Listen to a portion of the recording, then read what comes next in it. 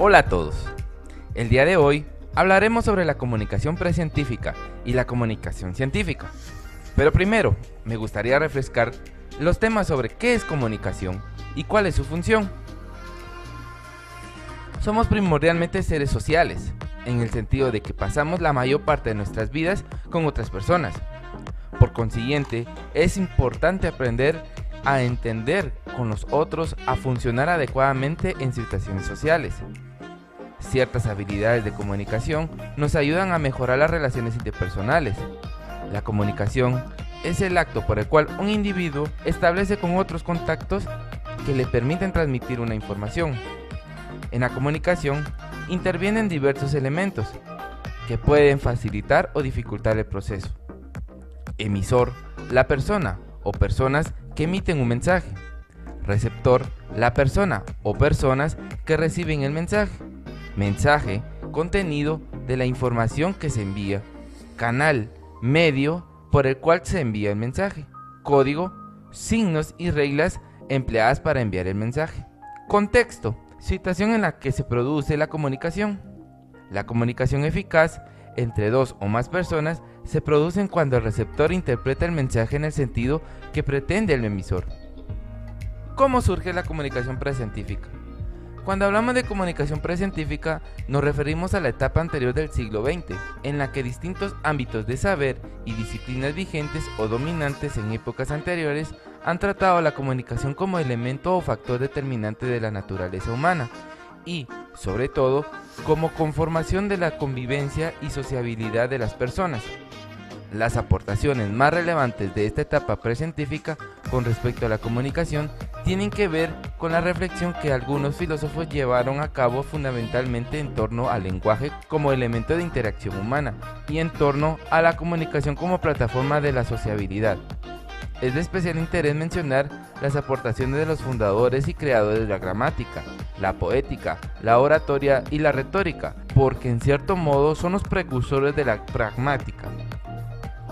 Podemos rescatar 6 etapas importantes y decisivas dentro de la lingüística previa al siglo XX. Estas son la tradición hindú, griega, latina, la Edad Media, la Edad Moderna, la Ilustración y del siglo XIX. El filósofo Sócrates desarrolló un método práctico basado en el diálogo, en la conversación, la dialéctica, en la que a través del razonamiento inductivo se podría esperar alcanzar la definición universal de los términos objetivos de la investigación. Dicho método constaba de 2 fases, la ironía y la mayéutica. La tradición hindú se remonta del siglo XX a.C. Aparece una verdadera tradición gramatical, especialmente atenta a los paradigmas morfológicos. Entre en el siglo 6 y 5 a.C., aunque el sánscrito ya no fuera una lengua hablada, era importante que ésta fuera conservada como lengua religiosa, de los Vedas. En 1786, William Jones llevó a cabo un redescubrimiento de sánscrito. Llevaba a cabo una comparación de sánscritos con el griego y el latín, hablaba de sus similitudes y de cómo el sánscrito es más delicado, refinado y copioso con el griego y el latín, pero sin embargo guarda gran afinidad con ellos, y si se examina las formas gramaticales se puede pensar que los 3 han nacido de una fuente común. Mediante este paradigma científico, Jones da a pie al nacimiento de la lingüística comparada. La tradición griega se distingue principalmente por el planteamiento de un problema principal. Si las denominaciones conviene a las cosas por naturaleza o por convenio, surgen así 2 ideologías opuestas. El realismo o naturalismo defenderá una relación necesaria, natural o innata, entre la palabra y las cosas, mientras el nominalismo defenderá más bien una relación convencional. Será Heráclito el filósofo que defenderá que el lenguaje es inherente a la naturaleza humana y Demócrito, que defiende que es creado por el hombre. La tradición latina se sitúa en la antigua Roma. El griego Crates es el que defiende en Roma el estudio gramatical en el siglo II a.C.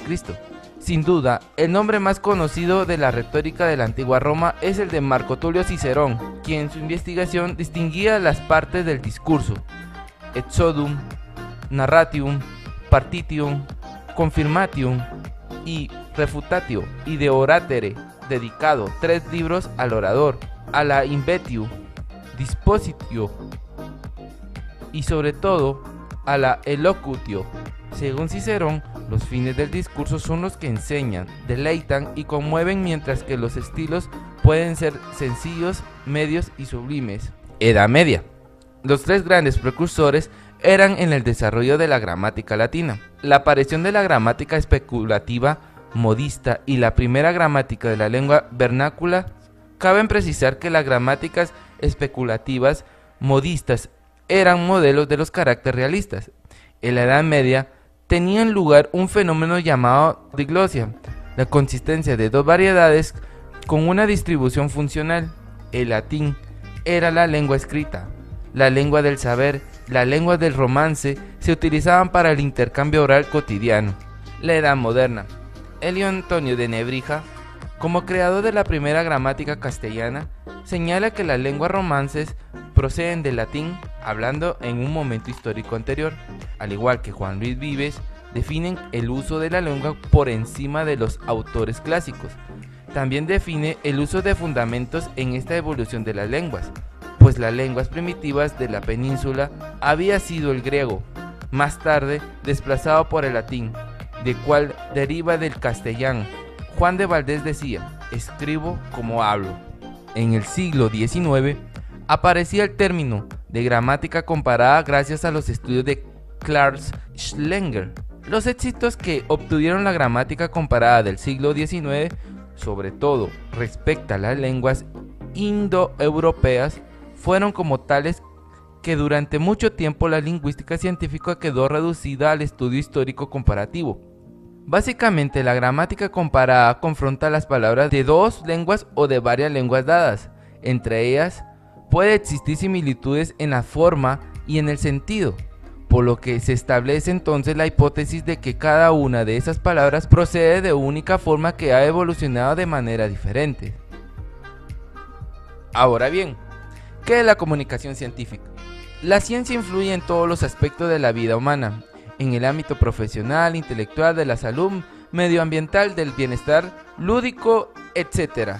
Resulta impredecible comprender el alcance de las nuevas tecnologías y los avances en el conocimiento científico, ya que de este modo se incrementa la capacidad crítica de los ciudadanos, tanto en las pequeñas decisiones cotidianas como en los distintos ámbitos profesionales, sin olvidar el debate ético y sus relaciones con los grandes retos del futuro.